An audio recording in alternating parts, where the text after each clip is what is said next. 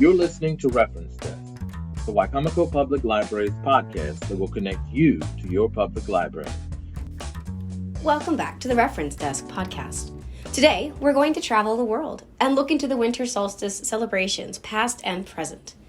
Throughout the world and throughout time, we, the human race, have always sought to explain natural phenomena with mythology or folktales that are then passed down through generations, becoming a part of local or more widespread culture.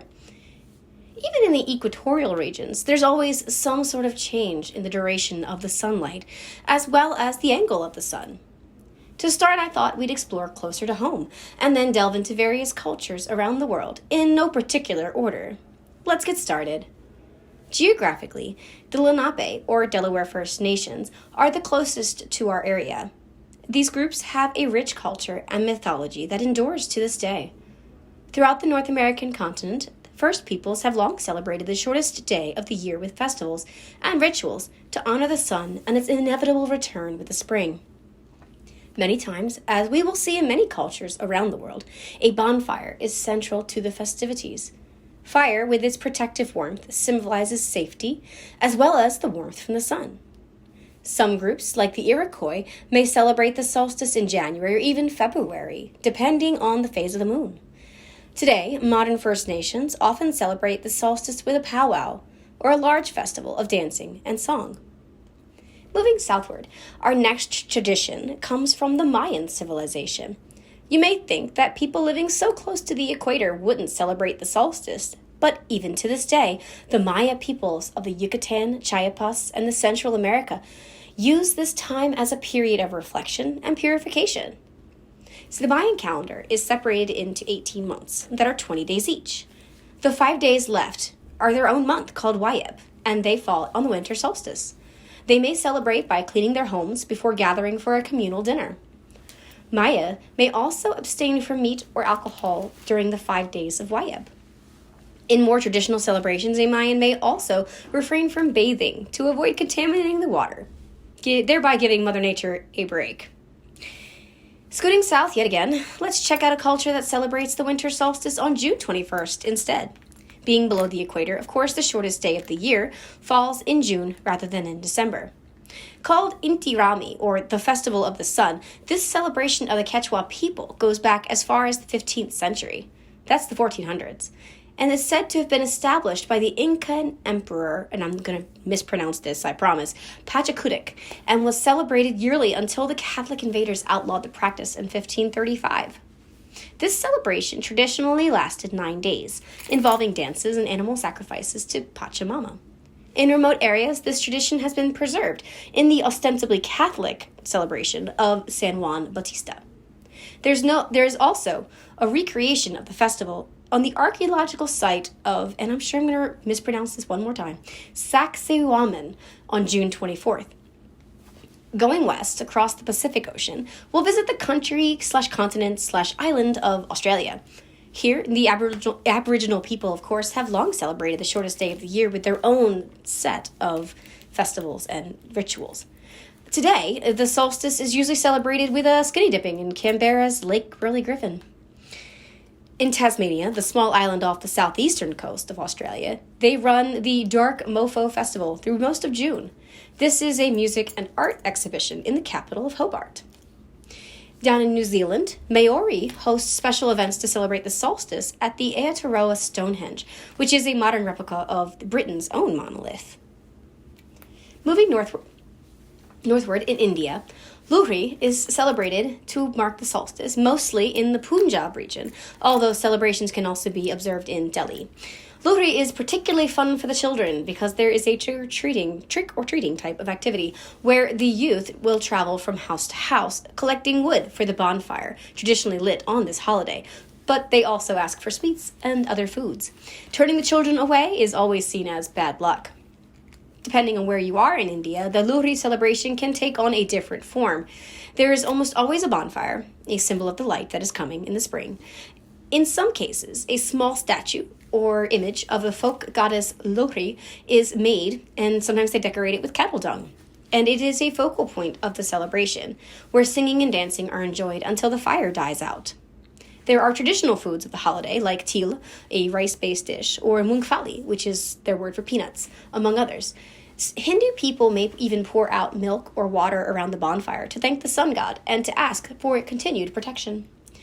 In the Sindhi culture, also in India, the festival can be called Lal Loi.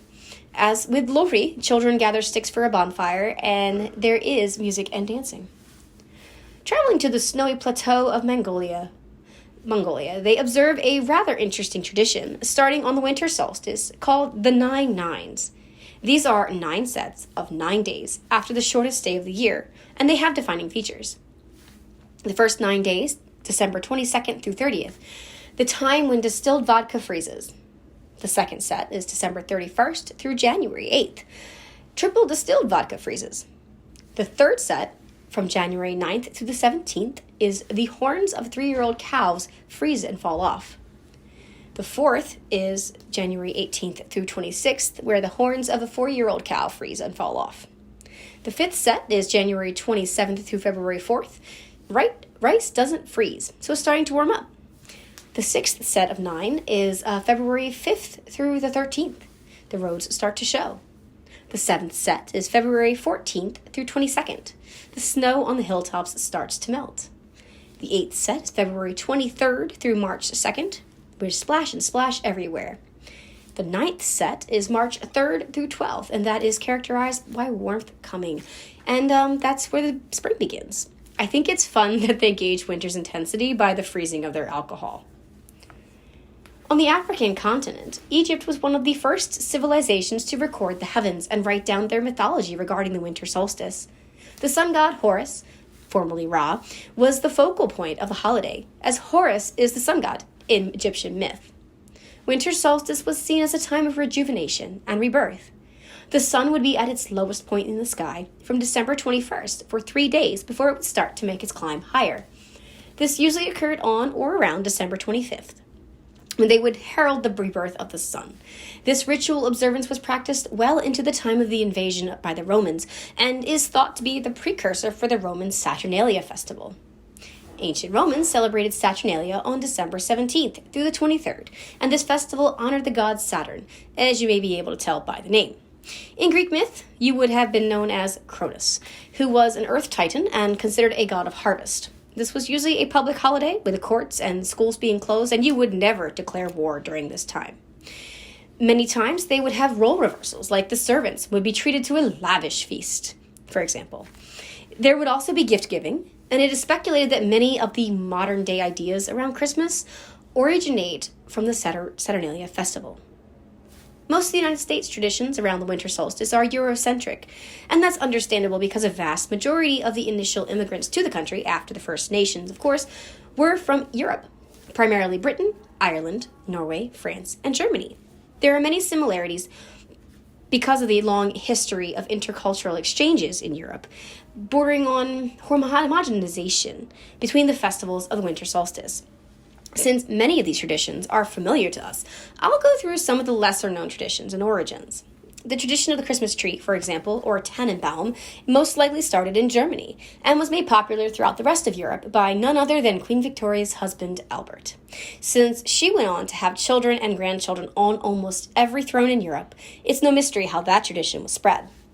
Mistletoe, a parasitic vine that is native to the forests of northern Europe, was used by ancient Druids in Britain and Germany in the winter solstice rituals, likely symbolizing life coming from death, as the solstice would reflect. In Norway and Sweden, the Feast of St Lucia is observed on December 13th. Each town selects its own St Lucia, who leads a procession through the town. She is followed by young girls dressed in white and wearing lighted wreaths on their heads. The boys also are dressed in white, and they follow as well, singing traditional songs.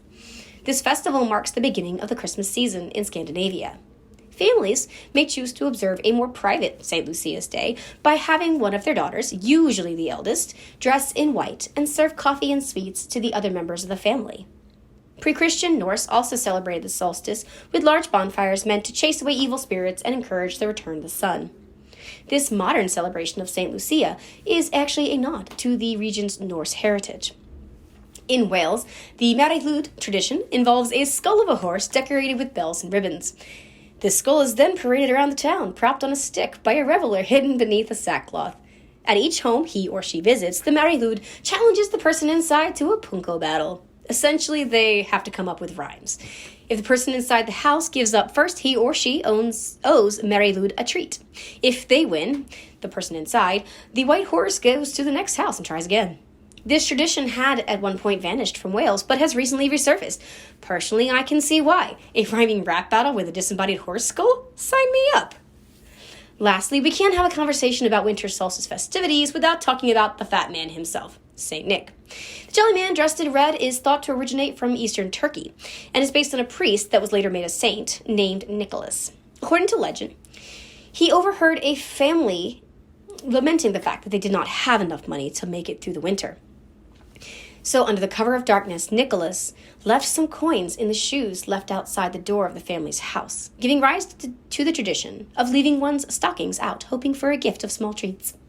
In later times, when he was sainted by the Catholic Church, St. Nicholas was colloquially called Sinterklaas in Germany, and the rest, as they say, is history. He evolved over time, with the help of commercialization, to a jolly large man dressed in a red suit, delivering toys to good boys and girls across the world with the help of his magic flying reindeer.